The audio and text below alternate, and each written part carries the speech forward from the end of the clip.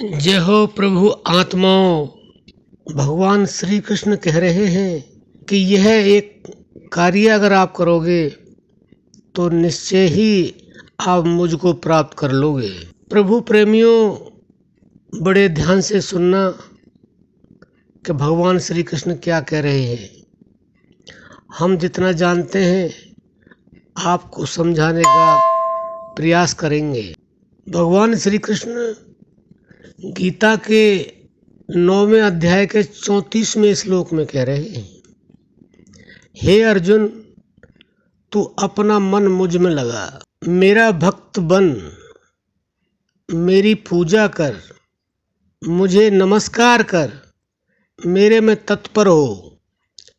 इस प्रकार अपनी आत्मा को मुझ में युक्त करने से तू निश्चय ही मुझको पाएगा। प्रभु आत्माओं, जो सबसे पहले कहा गया है कि तू अपना मन मुझ में लगा। अब इस प्रश्न का उत्तर बनता है कि मन को परमात्मा में कैसे लगाएं।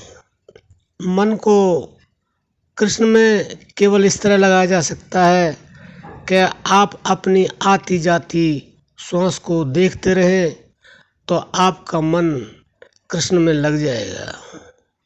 आगे कहा है, मेरा भक्त बन। अगर आप ऐसा करते रहे तो आप अपने आप ही श्री कृष्ण के भक्त बन जाओगे। आगे कहते हैं, मेरी पूजा कर। तो उनकी पूजा क्या है? यही उनकी पूजा है कि आती जाती श्वास को मन से देखते रहें। मुझे नमस्कार कर।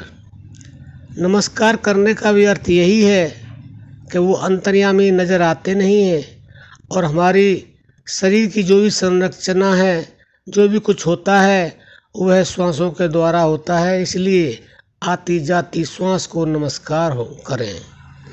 इस प्रकार आगे ये लिख दिया है, आत्मा को मुझ में युक्त करने से। अब ये गूढ़ प्रश्न है कि आत्मा को भगवान श्री कृष्ण में कैसे युक्त करें। तो प्रभु आत्माओं, मेरे प्यारे भक्तों, इसको आप अच्छी तरह से समझ लें, क्योंकि आत्मा को युक्त कैसे करें श्री कृष्ण में। वह इस तरह से होगा कि अपने जो श्वास है उसको खींचें और रोक लें। जिस समय आपकी श्वास रुकी हुई होगी तो समझ लो वह श्री कृष्ण के साथ युक्त हो गई, श्री कृष्ण के साथ जुड़ गई। यह जो बातें हम आपको बता रहे हैं, यह वैसे तो श्लोक के द्वारा बता रहे हैं, लेकिन यह बातें आपको शास्त्रों में लिखी हुई मिलेंगी नहीं, क्योंकि बहुत सारी इस तरह की बातें हैं आध्यात्म में जो लिखी हुई नहीं होती हैं। वो अंदर से आत्मा के द्वारा किसी भी शरीर में आकर के परमात्मा स्वयं बताते हैं।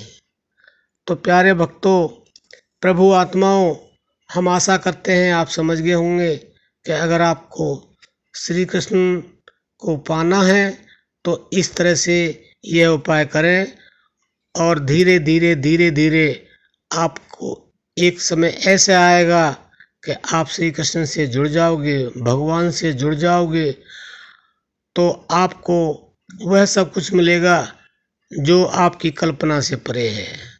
अब हम अपनी वाणी को विश्राम देते हैं। जय प्यारे भक्तों।